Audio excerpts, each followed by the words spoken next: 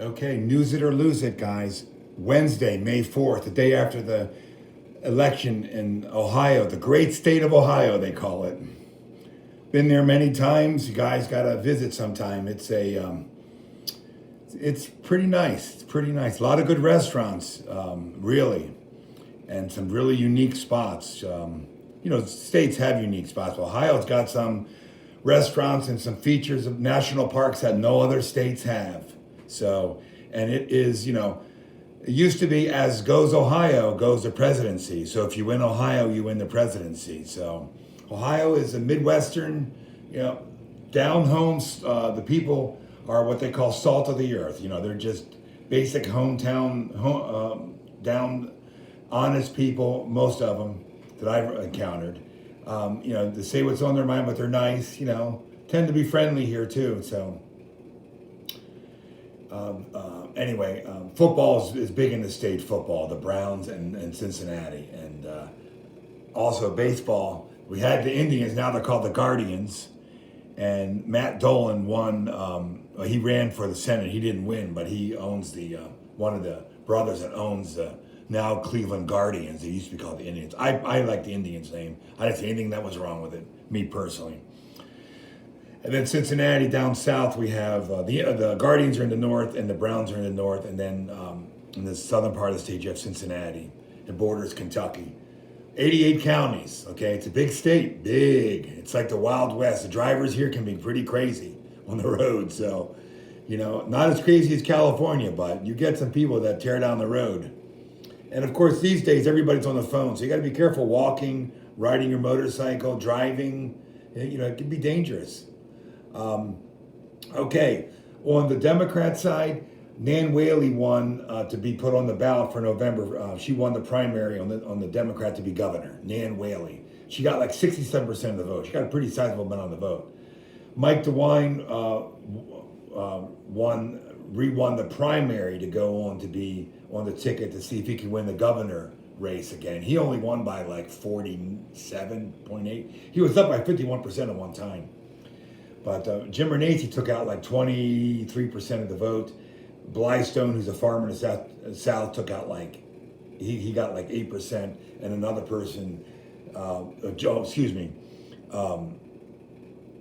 was Renacci got 23, Blystone 9, and another gentleman got like 2. He was a kind of a no-namer. But it's good to run, good experience for anybody who's not a chicken. Public service is not easy. Politics is one of the nastiest businesses, as you guys know. So on the Republican side, like I said, DeWine won the primary to be on the ballot for the governor's race in November against the Democrat Nan Whaley. Don't know much about Nan, but she got a lot of votes. So Ohio, the last 4 to 6 years, has really gone Republican. Since Trump ran in 2016, a lot of people left the Democrat Party, and now the Republicans have an advantage in Ohio, 2-1. Yes, you heard that, 2-1. So it's really a red state. It used to be kind of a purple state, meaning a mix of blue and red for you guys that are colorblind. I used to be, haha. But anyway, it's now full red, 2-1.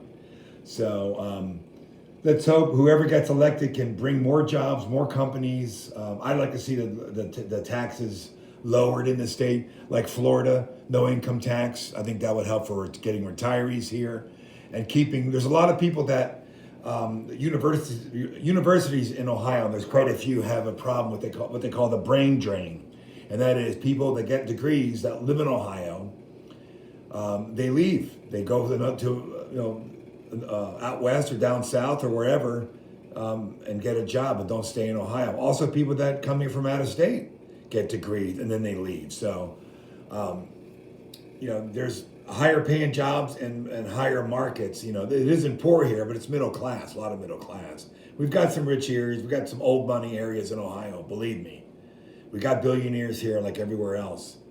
Got a population of a little over 11 million people. But that's the trend as far as politics. It's really gone right, Republican business. So, and hopefully whoever wins, like I said, Democrat, Republican, bring in more people. Tim Ryan won on the Senate race. And on the Republican side, J.D. Vance, who was endorsed by former President Trump, won. And so he's going to face off in November against Tim Ryan. Tim Ryan is already talking about lowering taxes in America first. He's kind of copying Trump's doctrine, but I don't know. We'll see. J.D. Vance, he was like down third or fourth in the polls, so that Trump endorsement really boosted him. And just for the record, of the 13 candidates that Trump has endorsed so far, 12 of them have won their races. So to the dismay of the far left Democrats, Trump's got a lot of power. It's just a fact. After getting beat up in office by the media and all the Russiagate and all the other baloney that he had to endure, which was reported, and he has never been convicted of anything. And even the tax charges they have in New York, the one in D.C., no grand jury has been convened, and the one in D.C. has been dropped, let go. And so they somehow settled, and Trump sold his hotel, and it was the old post office in D.C. It was there. It was a nothing building. He took it, and it sat vacant for 30 years. He took it and sold it and made a bunch of money on it. You can look that up. So Tim Ryan in the Senate race versus J.D. Mandel. I'm sorry, that was a slip. Trump actually slipped that at a rally, and it was a joke. J.D. Vance, who has a book out called Hillbilly Elegy.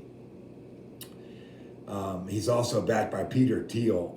He's a California billionaire that gave J.D. Vance $11 million. So he's got two billionaires backing him up. Not a bad situation to be in. If I was going to run, I would try to get those endorsements first.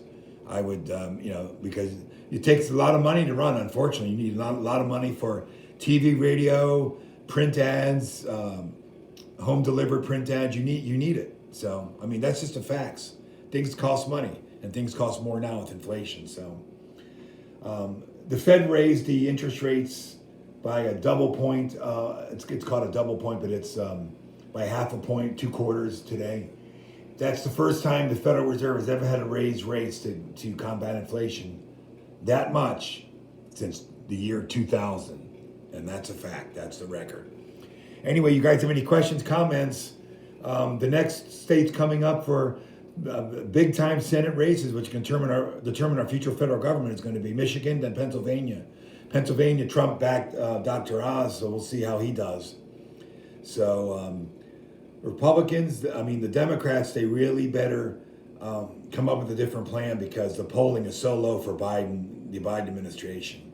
And that's why I think you see Tim Ryan pushing America first and lower taxes in Ohio, because I kind of liked Renacci because of the fact that he wanted to bring in more businesses, and he also wanted no state income tax like Florida, which I think Ohio has needed for a long time to attract people, retirees, new workers, younger workers, teenagers. Not having to file a tax return is nice. In Ohio, you have city tax, township tax, you got state tax, then of course you got to file your federal return. So a lot of taxes going on. And the roads have not always been good in Ohio. West Virginia roads are a lot better than Ohio, and West Virginia is a much smaller state. Maybe that's part of the reason why, but the weather in the north is rough, and they have to do a lot of patching here. But they're starting to do more road improvements in Ohio, a lot more highways and stuff, but that comes from federal money. So the state of Ohio, they don't like to spend a lot of money, I can tell you that. They have $1 billion and a half rainy day fund. They don't like to spend it. A lot of the help, Medicare, Medicaid, police money, road money, money for schools, some of that, a good part of it comes from the federal government, probably 80%. And then your local taxes go to schools, which some of the schools in Ohio were in, and probably some of them still are, in great disrepair. But anyway, the picture you see on the screen is a picture of Columbus. That's the capital, beautiful city. A lot of business going on, a lot of money being spent. Capitals of any state, that's where the money, the headquarter, right, where the governor is. They got a lot of projects, pet projects, whatever you want to call them, and they spend in that area. So Columbus is booming. It's in the middle of the state, central part of the state. It's only a 4-hour drive between one end of Ohio and the other, well, about 5 hours. So the capital is anywhere, be 2.5 hour drive, and it's a flat drive in Ohio. Ohio doesn't have big mountains and such, but a lot of pretty lakes, a lot of a couple national parks, a lot of great hiking here. People come from California to hike in Ohio. So, okay, that's it. This is your fast news. Don't forget to book your vacations. Vote, people, vote. You got to get involved with the government. Got to do some research, find out what you want. Who's telling the truth, who's lying. A lot of lying politicians out there. Get to the bottom of it. You can always ask me. I'll tell you what I think. I got a lot of information and a lot of research. So we'll talk soon. Tomorrow we'll talk about any continuation of the Roe v. Wade situation and whatever else comes up. That Roe v. Wade situation, the leak was, looks like it was planned to try to help the Democrats, to get the Democrats out, because if things are not going well for the Democrats, they need some reason to get out. And the whole thing with Roe v. Wade, real quick, it's only going to reduce abortions by 14%. That's what it's estimated. So it was never case law. The Democrat voters were lied to. It was never case law. And now it's going to be reworked. Yes, you can blame Republicans, but you can also blame independents too, because they've, somewhere between 60 and 73% of the country, and it goes back and forth, does not want abortion, okay, or limit abortion after 15 weeks, okay? That goes back and forth too. In Florida, Governor DeSantis is Catholic, and he cut it off at 15 weeks. Some Catholics would have liked to see maybe down to 6, but bottom line is, and guys and gals have to be more responsible. There's plenty of birth control out there. If you're having sex, you can get pregnant after one episode. So I heard one lady say, I was 6 weeks pregnant, I didn't know. Well, if you're having sex, you can get pregnant. I mean, you just have to stay on top of it. But anyway, so that's the situation, and we will talk to you soon. God bless all of you. Independents, Democrats, Republicans, you're all Americans. We're in this country. We're all spoiled. We want to stay spoiled. And special shout out to one of the listeners who works for the VA. You know who you are. Thank you for taking care of our vets. I pray for you, and I pray for your family. And I pray for all you guys that you have a great health, and you're happy, and you're working to joy. Joy is the ultimate goal to reach. Not happiness, but joy, where you're thrilled. So we'll talk soon, and news it or lose it. This is the real news, guys. The real news. I tell the truth. You're always going to get that. Talk to you soon. Take care.